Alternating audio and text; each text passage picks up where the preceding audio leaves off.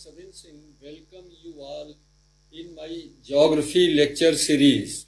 Today we will discuss the remaining four factors of uneven distribution of insolation on the earth surface.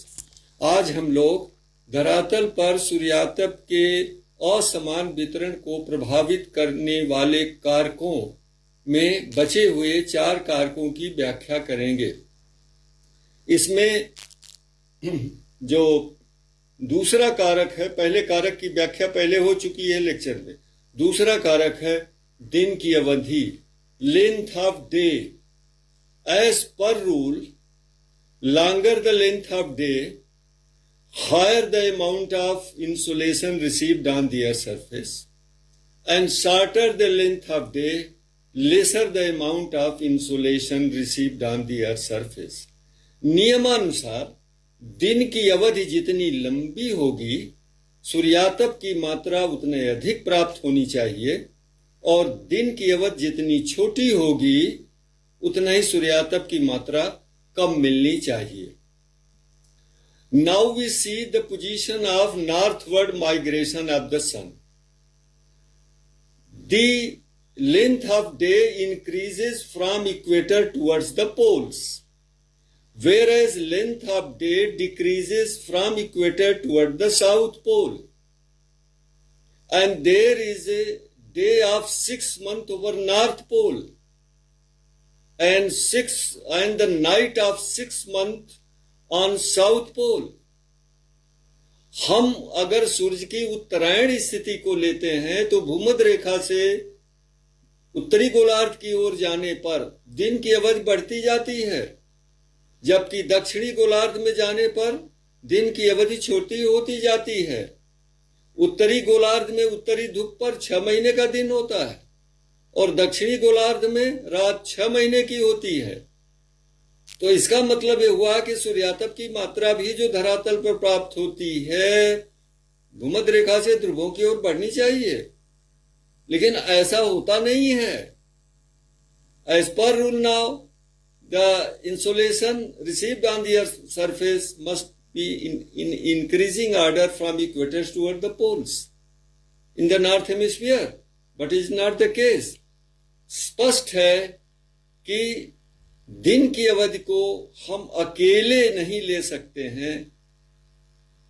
It is clear that we can not consider length of day in isolation. अतः सूर्य के किरणों के तिरछापन और दिन की अवधि को हमें मिला के देखना होगा। And therefore we have to discuss the length of day together with angle of the sun's rays. सूर्य की किरणें जितनी सीधी पड़ेंगी, दिन की अवधि जितनी लंबी होगी, सूर्यातप की मात्रा उतनी ही अधिक होगी। You can say higher the angle of the sun's rays and longer the length of day, higher the amount of insolation received on the earth's surface and vice versa. अब हम नेक्स्ट कारक माने तीसरे कारक को लेते हैं, वो सूर्य और पृथ्वी के बीच की दूरी।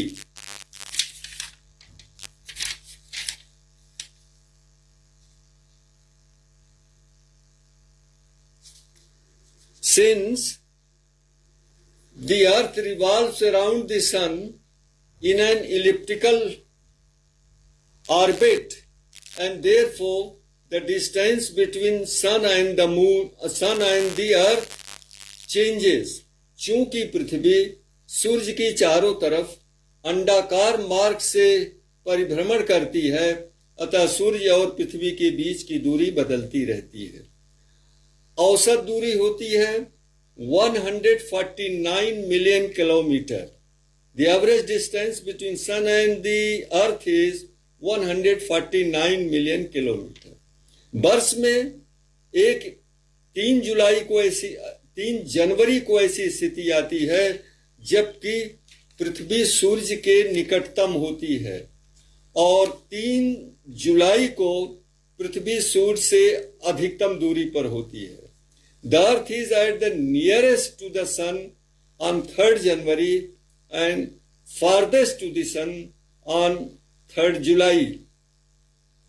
अब since the earth is nearest to the sun on 3rd January, there must be maximum insolation on their surface.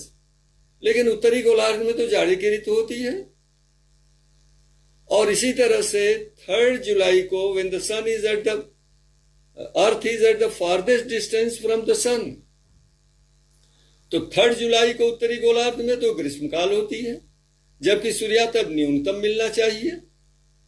तो इस कारक को देखिए, जब सूर्य 3 जनवरी को निकटतम होती है पृथ्वी सूर्य से, इस स्थिति को कहते हैं उपसौर स्थिति, और जब अधिकतम दूरी पर होती है इसको कहते हैं अपसौर स्थिति।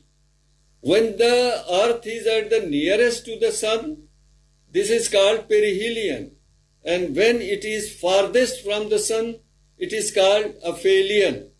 अब इस कारक की व्याख्या जो पेरिहिलियन पे पृथ्वी सूर्य से 147 मिलियन किलोमीटर दूर होती है, और अफेलियन में पृथ्वी सूर्य से 152 किलोमीटर दूर होती है, इस कारक को हमें गंभीरता से समझना होगा। We have to explain this factor with utmost care. निश्चय ही 3 जनवरी को पृथ्वी पर अधिक सूर्यातप की मात्रा प्राप्त होती है। यही कारण है कि 3 जनवरी को उत्तरी गोलार्ध में जब शीत ऋतु होती है, that is 7% less intense, but summer in the southern hemisphere is 7% more intense. इसी तरह से 3rd जुलाई को जब पृथ्वी सूर्य से अधिकतम दूरी पर होती है, और 3rd जुलाई को उत्तरी गोलार्ध में ग्रीष्मकाल और दक्षिणी गोलार्ध में शीतकाल होता है, और पृथ्वी इस समय न्यूनतम मात्रा प्राप्त करती है सूर्यातप को। क्लियर है, स्पष्ट है कि उत्तरी गोलार्ध की गर्मियां इस कारक के कारण 7% कम गर्म होती हैं, और दक्षिणी गोलार्ध की सर्दियां 7% अधिक ठंडी होती हैं। Because of minimum insolation received on 3rd July when the earth is at the farthest distance from the sun, the summer in the northern hemisphere is 7% less harsh, less intense, whereas winters in the southern hemisphere are 7% more intense. It means the northern hemisphere is in advantageous position and the southern hemisphere is in disadvantageous position. Now the next factor we take, that is about the sunspot. Sunspot के विषय में यह साधारण नियम है कि जब सौर कलंकों की संख्या अधिक जितनी होगी, उतने ही फोटोस्फीयर से सूर्यातप का विकिरण अधिक होगा और पृथ्वी उसे अधिक मात्रा में प्राप्त करती है। As per general rule of the number of sunspots, higher the larger the number of sunspots, more and more radiation of heat energy from the photosphere, and therefore larger, greater amount of insolation would be received on the earth surface. ये sun spots क्या होते हैं? ये सन spot गहरे और ठंडे प्रदेश होते हैं। Sun spots are darker and lighter cool regions in the photosphere. इनका निर्माण कैसे होता है? सूर्य के कोर में सामयिक रूप से कभी कभी अचानक तूफान उत्पन्न होते हैं और तेजी से विस्फोट होता है, जिसके कारण फोटोस्फीयर में सनस्पॉट का निर्माण होता है। The periodic disturbances and explosion in the core of the sun generate and produce and form sunspots in the photosphere. अब देखिए फोटोस्फीयर की इसकी देखिए सनस्पॉट की संरचना। दो सर्किल बनी हुई है, एक ब्लू जिनका जो है जिनको कहते हैं अम्ब्रा, और एक रेड सर्किल है उसके चारों तरफ, दैट इज कॉल्ड प्रेम्ब्रा। और एक सन स्पॉट की औसत diameter, average diameter of one sun spot is around 1600 kilometre. और ये सन स्पॉट बनते और बिगड़ते रहते हैं। निर्माण के 2-3 दिन बाद ये खत्म भी हो जाते हैं, बने भी रहते हैं।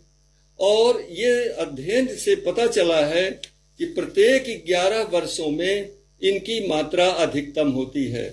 There is a maximum number of sun spots after 11 years. This is called sun spot cycle. अतः उस 11 वर्षों बाद सर्वाधिक जो है विकिरण होता है फोटोस्फीयर से ऊष्मा ऊर्जा का, और पृथ्वी पर अधिक ऊष्मा प्राप्त होती है। इसलिए वर्ष दर वर्ष, महीना दर महीना इस कारक का प्रभाव नहीं हो पाता है। इसलिए बहुत महत्वपूर्ण ये कारक पृथ्वी पर उस सूर्यातप के वितरण के संबंध में नहीं हो पाता है। और अंतिम कारक है वायुमंडल का प्रभाव, इफेक्ट ऑफ द एटमॉस्फेयर। सूर्य की प्रवेशी विकिरण तरंगों को वायुमंडल से होकर गुजरना पड़ता है, तब पृथ्वी सतह पर पहुंचती हैं। अतः इनकी दूरी जितनी ही अधिक होगी उतने ही ऊष्मा का क्षय अधिक होगा, दूरी जितनी कम होगी उतने ऊष्मा का क्षय कम होता है। The sun's rays have to pass through the atmosphere to reach the earth's surface, and longer the path of travel by solar waves, incoming solar radiation waves, greater the amount of loss of energy, and vice versa. वायुमंडल के प्रभाव में हम scattering, reflection और absorption की क्रियाओं का अध्ययन करते हैं। वायुमंडल में स्थित गैसें जैसे ओजोन, नाइट्रोजन, कार्बन डाइऑक्साइड, ये सूर्य से आने वाली विकिरण तरंगों के कुछ भाग का अवशोषण कर लेती हैं। इनमें सबसे छोटे लघु तरंगों का ही इसमें जो है तरंग लंबाई का अवशोषण होता है, और इसमें से ओजोन गैस अल्ट्रावायलेट रेस का अवशोषण कर लेती है और पृथ्वी को गर्म होने से बचाती है। Thus the ozone absorbs ultraviolet rays and acts as umbrella and protects the earth from becoming too hot. So it is very much beneficial for us. Absorption के तहत आने वाले जितना भी सौरिक विकिरण ऊर्जा है उसका 14% भाग, 14% भाग एटमॉस्फेयर जो है वो देखिए ये एब्जॉर्ब कर लेता है, अवशोषित कर लेता है। वायुमंडल में स्थित जो डस्ट पार्टिकल्स होते हैं, धूलिकण होते हैं, निलंबित कणकीय पदार्थ होते हैं, वो प्रवेशी सौरिक विकिरण के कुछ भाग का प्रकीर्णन कर देते हैं। Some portion of incident incoming short wave solar radiation is scattered in the atmosphere by the diameter.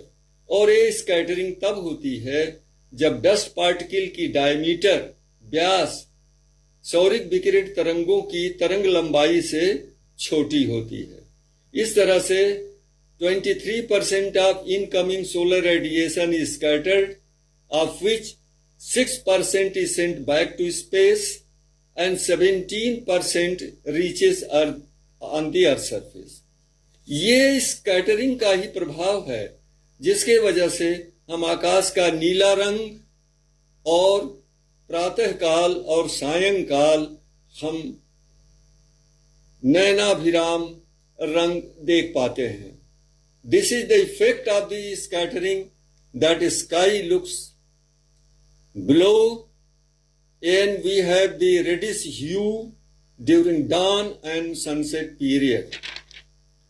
जब डस्ट पार्टिकल्स की डायमीटर सौरिक विकिरण तरंगों की तरंग लंबाई से बड़ी होती है उससे प्रत्यावर्तन होता है, जिसको कहते हैं विसरित प्रत्यावर्तन। When the diameter of the dust particle is longer than the wavelength of incoming solar radiation, then the scattering process is called diffuse reflection. और ये जब प्रकाश धरातल पर पहुंचता है तो उसको हम कहते हैं डिफ्यूज डे लाइट, विसरित दिवा प्रकाश। और इसी की वजह से हम अंधेरी रात में देख पाते हैं, या चांद में जो काला धब्बा होता है उसको हम देख पाते हैं। नेक्स्ट फैक्टर इज रिफ्लेक्शन, प्रत्यावर्तन। किसी भी वस्तु की सतह से ऊष्मा ऊर्जा जितनी वापस लौटा दी जाती है उसे हम प्रत्यावर्तन कहते हैं। Reflection refers to return of the incident heat energy from the surface of any substance. इसे हम अल्बिडो भी कहते हैं। Albedo refers to the amount of incident energy, heat energy return back per unit area of the surface of a substance.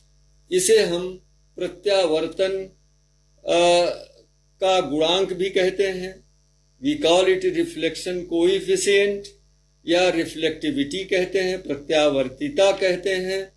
और सूरज से आने वाली प्रवेशी विकिरण तरंगों का 27% भाग बादलों से प्रत्यावर्तित हो जाता है, वापस चला जाता है, और 2% जो है धरातल के हिमाच्छादित सतह से प्रत्यावर्तित होता है। इस तरह से कुल 29% is reflected back to the space.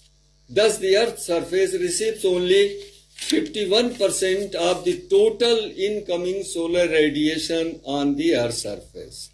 So these are the 5 factors which affect unequal distribution, uneven distribution of insolation on the Earth's surface.